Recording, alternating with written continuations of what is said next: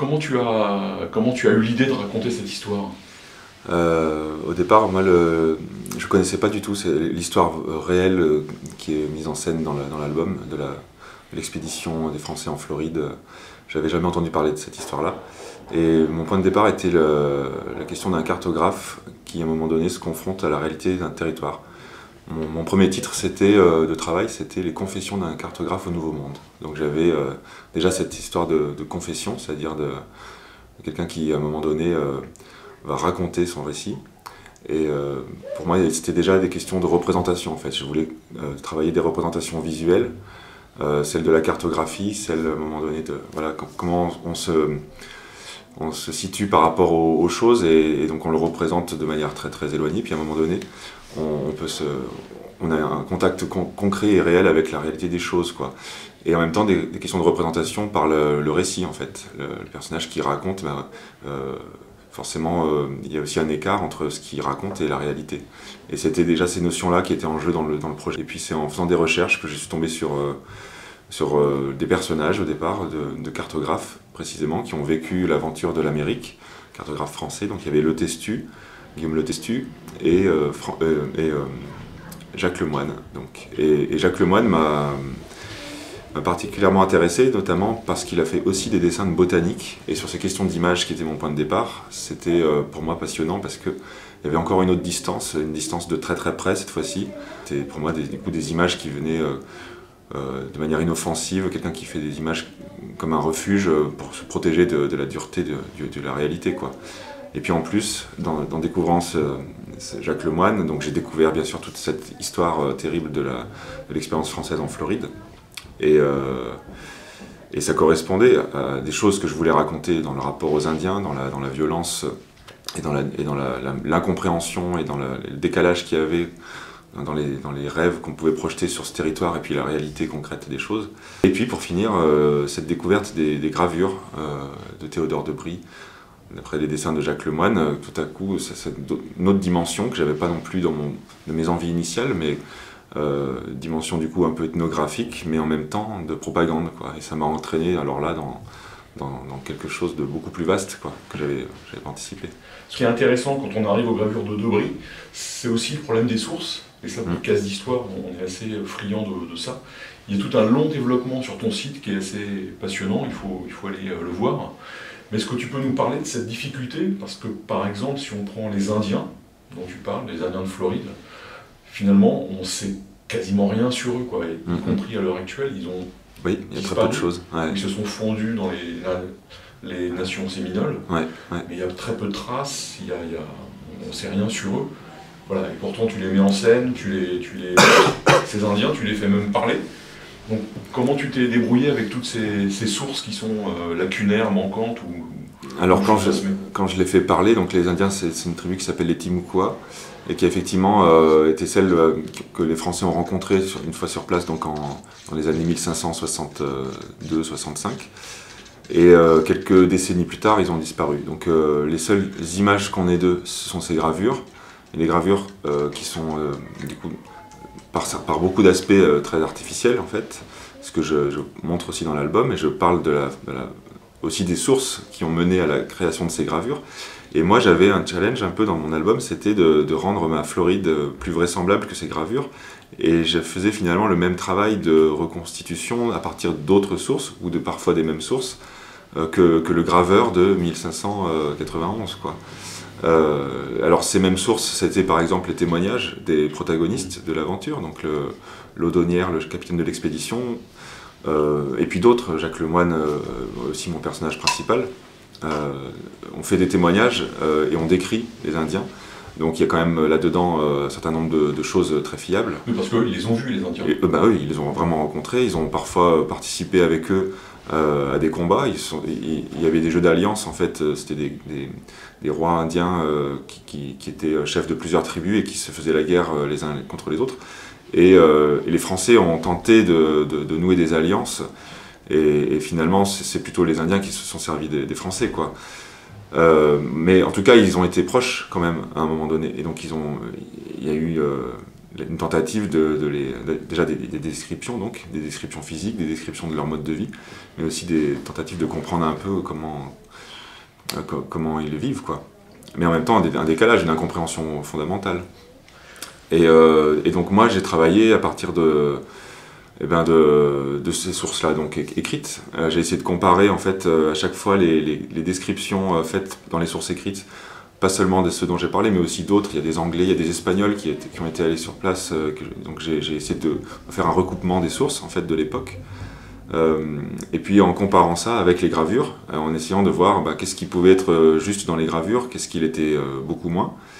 Il y a des livres d'historiens qui m'ont beaucoup aidé aussi, notamment Franck Lestringant, qui est le grand spécialiste de ces sujets autour des Huguenots en Amérique, qui fait déjà ses analyses autour des gravures de Théodore de Bry en identifiant ses sources, justement.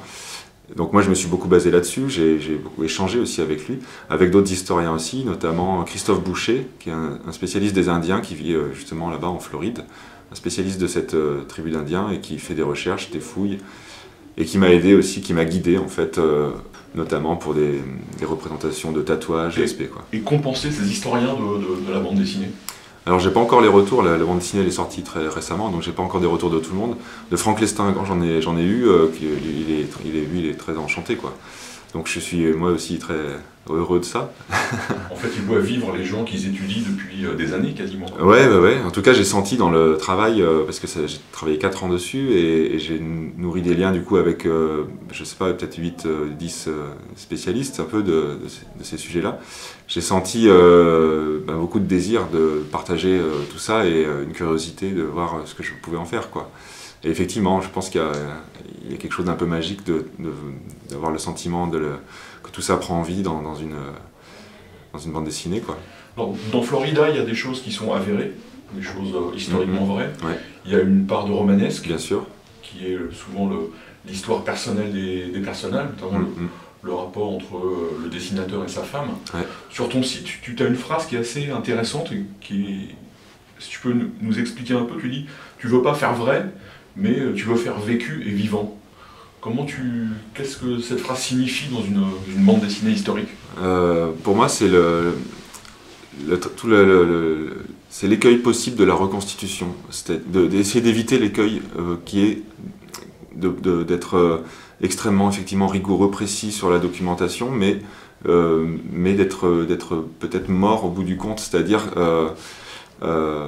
après ce qui compte c'est d'insuffler la vie. Donc pour moi c'est après toute la question de la mise en scène et la question de l'écriture dramaturgique, et notamment justement la façon dont par la fiction je façonne la psychologie et l'intimité de mes personnages. Tout ça leur donne chair, leur donne un corps et une complexité un peu humaine simplement, et essayer d'être vivant, c'est ça, et en essayant d'intégrer toute la rigueur documentaire, mais sans se suffire de ça. C'est-à-dire si ça ressemble à une reconstitution, pour moi c'est un peu mort, entre guillemets. Donc j'ai besoin ensuite que ce soit vraiment vivant et incarné, quoi. C'est juste ce petit décalage-là, cette nuance-là que j'ai. Une question qui est aussi un peu une question qui vient de ton album, pas précédent mais celui d'avant, Les Visions de Bacchus, qui est le thème de l'image. Tu es un dessinateur, donc c'est une chose importante pour toi, c'est idiot de dire ça, mais on sent que c'est un questionnement. Ouais, c'est un questionnement. Ouais. À la fois dans Les Visions de Bacchus et dans Florida, on a le sentiment qu'un de tes propos, c'est que les images peuvent rendre fou, en fait. Ah oui. Tellement fou que les dessinateurs savent plus très bien s'ils sont dedans, dehors, quelle est la réalité, quelle est la fiction, et même la réalité qu'ils ont dessinée, quelquefois, leur fait peur. Oui, alors c'est vrai que ça pourrait peut-être nourrir des réflexions psychanalytiques, je sais pas. Je ne suis pas allé explorer ces ressorts-là tant que ça, mais il se trouve que oui, en tout cas il y a un questionnement permanent, moi, dans mon travail, sur les représentations, ça c'est sûr. c'est un des sujets de peut-être tous mes albums d'une certaine façon, quoi, parce que même s'il n'est pas question de dessinateurs ou de gens qui font des images dans le sourire des marionnettes, mon troisième album, enfin le premier que j'avais fait, il y a quand même tout un jeu sur l'artifice et sur le simulacre, donc c'est quand même le simulacre d'un paradis, d'un faux paradis, voilà, donc ça joue sur comment sur l'emprise qu'on peut avoir sur les mentalités, sur les gens. Et donc, oui, ça joue là-dessus. Après, sur je pense qu'on peut à la fois, par l'image, s'enfermer dans ses représentations, et à la fois, les représentations permettent un accès à quelque chose, permettent de digérer la réalité qui est autour de nous, d'essayer de la questionner, de l'interroger, parfois de se mettre en lien. Dans cet album, dans Florida, à un moment, le lien que peut avoir Jacques Lemoine avec les Indiens, c'est tout à coup, il va faire un dessin et il va y avoir une communication possible, alors qu'avant c'était difficile. Donc c'est très ambivalent, il y a beaucoup d'aspects autour du dessin, mais parfois il y a aussi effectivement par l'image, il y a l'enfermement. Alors par exemple dans les dessins de botanique qu'il fait, c'est tout doux, mais inoffensif en apparence, mais c'est comme le recouvrement d'un traumatisme, et lui il s'enferme dans sa bulle, il se coupe de sa famille, il se coupe de la réalité autour de lui, en s'enfermant dans ses images. Et puis à un moment donné, il y a cette tentative de redessiner la Floride, pour le coup, ça réactive des choses, voilà. Oui, parce que les images sont très importantes jusqu'à la fin, c'est-à-dire que l'éditeur qui va éditer ces gravures, ça devient une obsession, il cherche les images que le moine aurait pu dessiner. En fait, c'est un peu la prise de conscience à travers le pouvoir de l'imprimerie et de la diffusion, qui est du coup nouvelle, exceptionnelle, dans toute l'Europe, en tout cas, de documents, que ce soit des textes ou des images. Et il y a cette prise de conscience que on peut avoir un pouvoir sur l'imaginaire collectif, en fait. Donc les images, elles vont frapper les esprits, et on va faire en sorte de créer des images justement suffisamment stupéfiantes pour produire un imaginaire, en fait. Sur cette question de la domination, finalement, dans les rivalités qu'il y a à l'époque, dans les jeux d'influence entre l'Angleterre et l'Espagne que je décris, par rapport à la question de la colonisation au Nouveau Monde. Il y a toute cette dimension militaire de conquête concrète du territoire, mais il y a aussi du coup cette dimension qu'on pourrait appeler aujourd'hui du soft power. Donc c'est un aspect très important du livre, et la question de l'imprimerie, en fait, est vraiment décisif pour ça, à la façon dont on diffusait les connaissances ou les idées auparavant. Tout à coup, l'imprimerie a ouvert quand même un champ complètement différent, quoi. Écoutons, ce qui est troublant, c'est que ces images d'Indiens, qui sont des images fantasmées, ou des images reconstituées, qui sont des sortes de manipulations du réel, ces espèces de fake news, entre guillemets, c'est devenu à la fois des œuvres d'art, parce que ce sont des images magnifiques, bien sûr. Ah oui, tout à fait. Et en même temps des sources historiques qu'on étudie en tant que source pour écrire l'histoire de cette époque, quoi. Ouais. Oui, et puis la question qui se pose, du coup, déjà à ce moment-là, autour de ce graveur Théodore de Bry, qui a fait donc une collection entière de plusieurs volumes consacrés aux découvertes de l'Amérique par les Anglais, par les Français, donc. Et puis ensuite, il y a d'autres livres où il parle aussi de ses aventures par les Espagnols, mais d'un point de vue plutôt critique, puisque là, il s'agit vraiment d'un travail de propagande protestant, anti-catholique, anti-Espagne. Et ben il y a cette histoire déjà de l'écriture de l'histoire, déjà de manière très proche, en peu de temps après les événements historiques réels. Il y a une réécriture, en fait, de l'histoire, effectivement, qui se noue à la fois par le texte, où on va pouvoir recomposer des choses, et puis à la fois par les images, où là on va vraiment clairement, on voit qu'on occulte certains pans entiers pour mettre en valeur, par exemple, les Français qui sont toujours mis en valeur, bien portants, parce qu'il fallait montrer une belle image des Français parce qu'ils étaient protestants, et que ça pouvait du coup valoriser le rôle des protestants en Amérique. Contrario, les Espagnols, eux, dans les gravures de Théodore de Bry, vont être montrés dans des actions de barbarie, en fait, vis-à-vis des Indiens, voilà, qui ont eu lieu effectivement, hein, mais il y a un vrai décalage quoi, dans la représentation. Oui, parce que enfin, on le sait, mais je veux dire, on le vit vraiment dans tes dessins, c'est que ces aventures des Huguenots en Amérique sont des drames complets, quoi. Cette colonisation. Ah bah, c'était un échec sur tous les plans, quoi. C'était un drame humain. En fait, il y avait une matière dramatique pour moi après à raconter qui était vraiment exceptionnelle. Entre des conflits disons, les relations avec les Indiens et la diplomatie, on va dire, compliquée. Sans parler donc de la découverte de cet autre et cette énigme que ça constituait. Les relations aussi à l'intérieur entre les Français à l'intérieur du fort qui ont été quand même très complexes. Les Français qui finalement désiraient l'or comme les Espagnols en fin de compte, et c'est ce qui les a perdus. Des catastrophes climatiques, la famine, enfin, il s'est passé quand même beaucoup de choses, quoi. Oui, tous les ressorts dramatiques sont présents dans le... Ouais. Et alors rien de cela sont inventés, quoi. Alors, ce qui est totalement inventé, en revanche, c'est l'histoire de Jacques Lemoine et de sa femme. Parce que ça, je pense que tu sais rien du tout là-dessus. On sait une chose, c'est que Jacques Lemoine avait une épouse, et elle a eu un rôle, donc après sa mort, qui est évoqué dans l'album. Et c'est la seule chose qu'on sait d'elle. Alors du coup moi voulant mettre en scène cette histoire et l'histoire de Jacques Lemoine, j'avais à mettre en scène son épouse, mais pour moi il n'était pas tellement intéressant ni question d'en faire un personnage comme ça à l'arrière-plan, et j'ai décidé d'en faire mon personnage principal. En fait c'est vraiment elle qui est le moteur de la narration, et j'ai tissé toute une intrigue en fait intimiste c'est vraiment un des aspects du livre, au-delà de la dimension historique, c'est une histoire d'un couple, en fait, en premier lieu, et un couple avec des aspirations contrariées. Et c'est à travers ce lien-là qu'on va, au fur et à mesure, par pas mal de facettes, s'ouvrir à la grande histoire, en fait. Mais le personnage d'Éléonore était, pour moi, très important, parce que il donne de la lumière au livre aussi, alors que, par ailleurs, il est quand même plutôt sombre.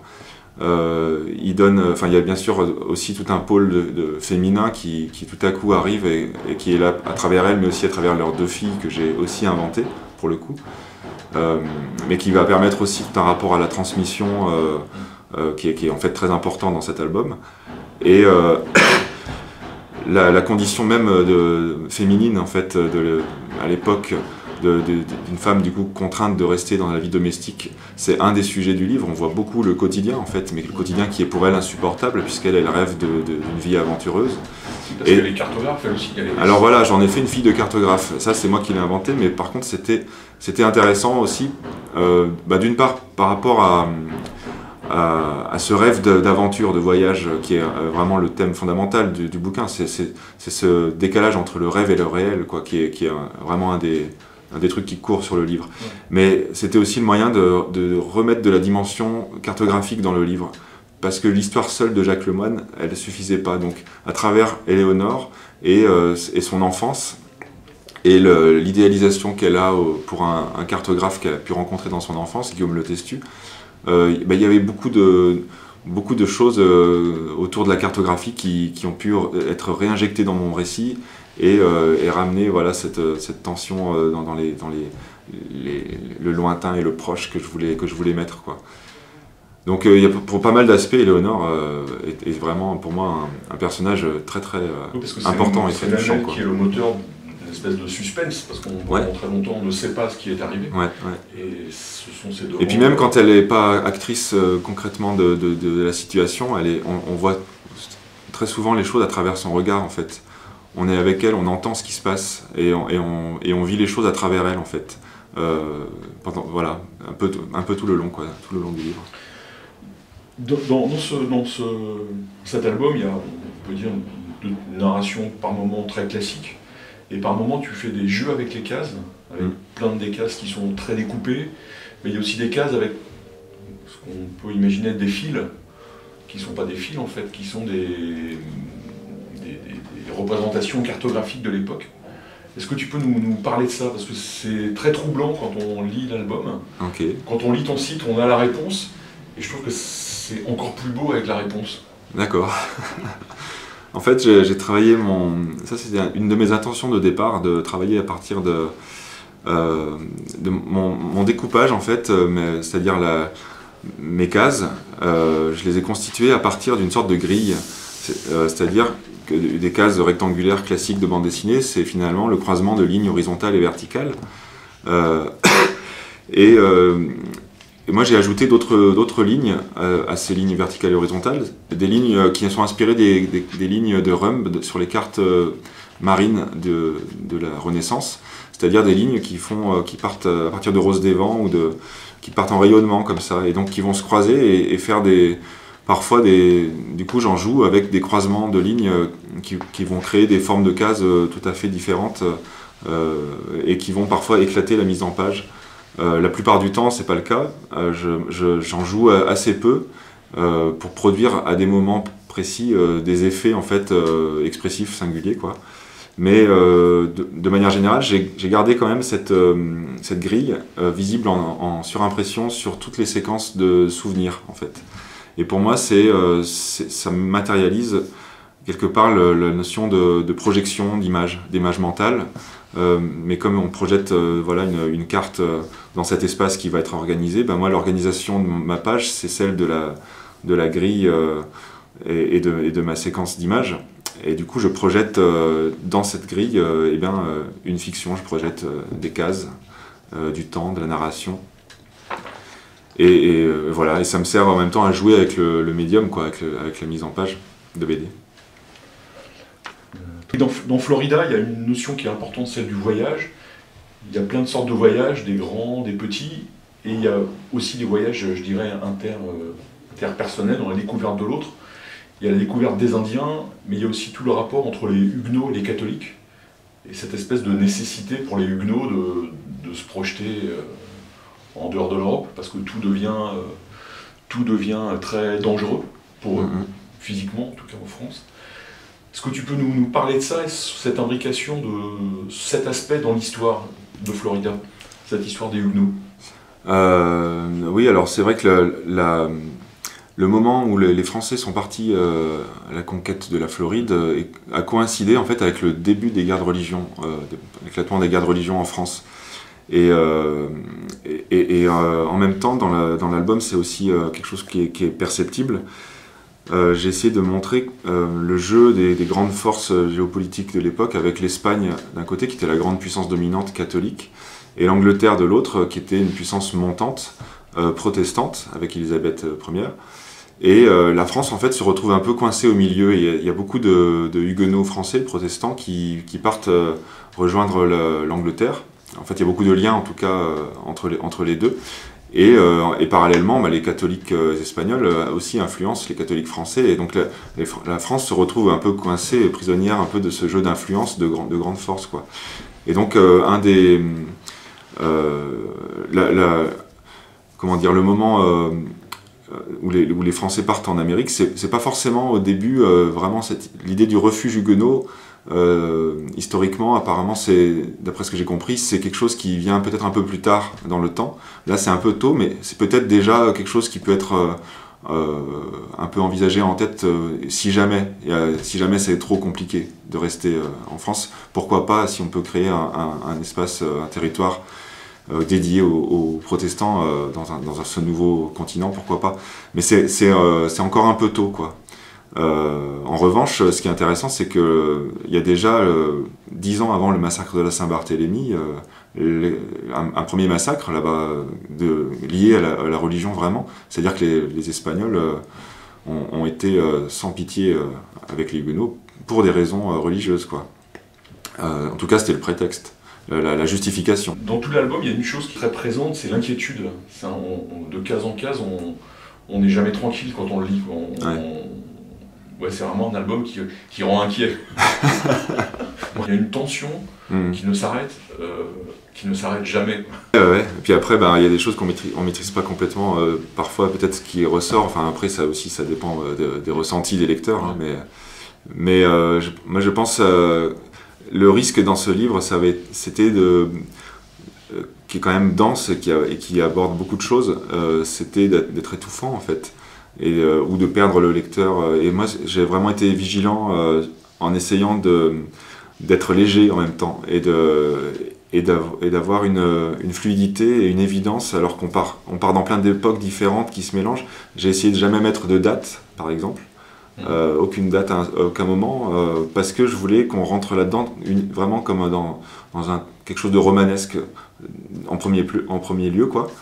Et de tout imbriquer. Et du coup, c'est la tension dramatique que j'ai créée, je pense aussi, qui crée ce désir de savoir, et puis cette inquiétude, effectivement, ou cette tristesse qui peut courir dans l'album, quoi.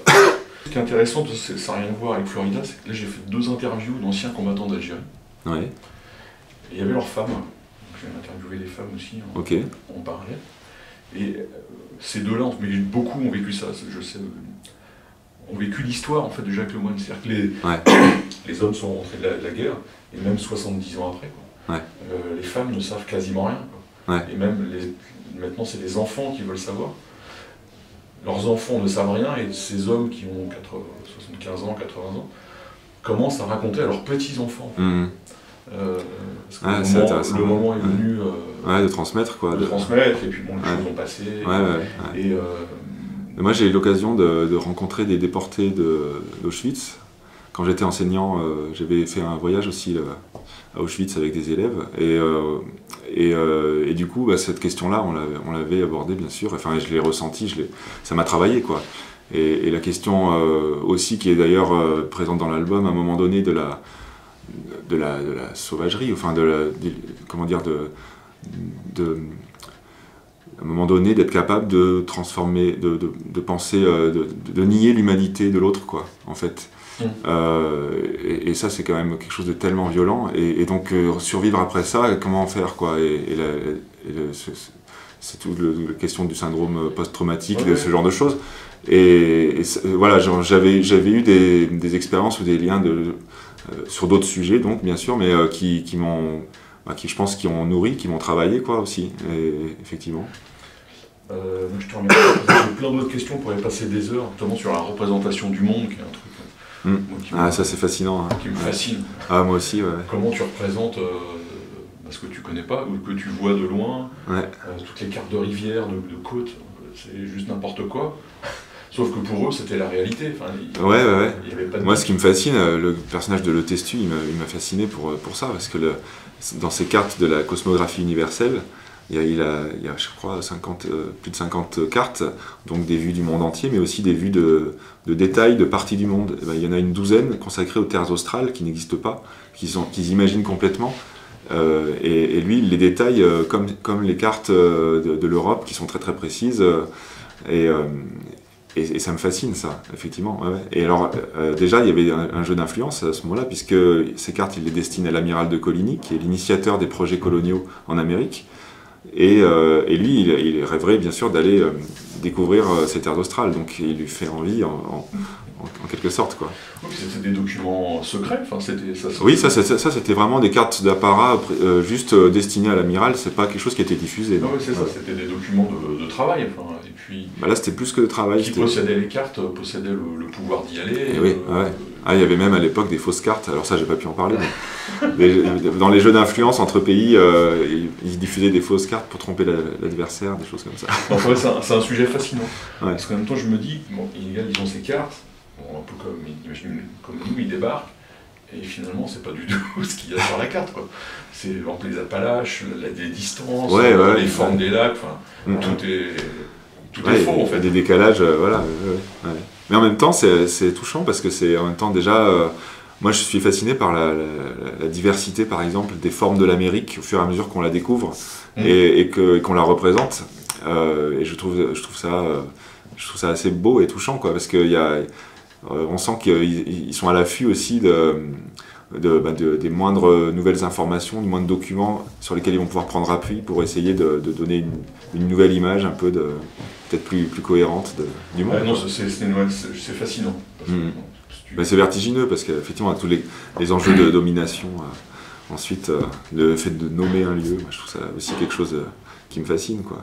Et puis de curiosité, qu'est-ce qu'il y a derrière, quoi. Donc, oui. la seule façon de savoir, c'est d'y aller, de mettre un pas devant l'autre et d'avancer, et d'y aller vraiment, quoi, physiquement. Alors que maintenant, on a des moyens technologiques vraiment extraordinaires. Là, il fallait y aller, quoi. Il fallait voir. Et puis, non, c'est un truc fantastique. Et puis l'imaginaire aussi, parce que par exemple, dans les terres australes de Le Testu, on voit plein de personnages fantastiques, quoi. Un peu comme Marco Polo. Il y a des personnages avec des oreilles gigantesques, des choses comme ça. Et ce que je trouve rigolo, c'est qu'en Australie, il y a en réalité effectivement des animaux qu'on trouve nulle part ailleurs. Alors quelle intuition quand même. Non, puis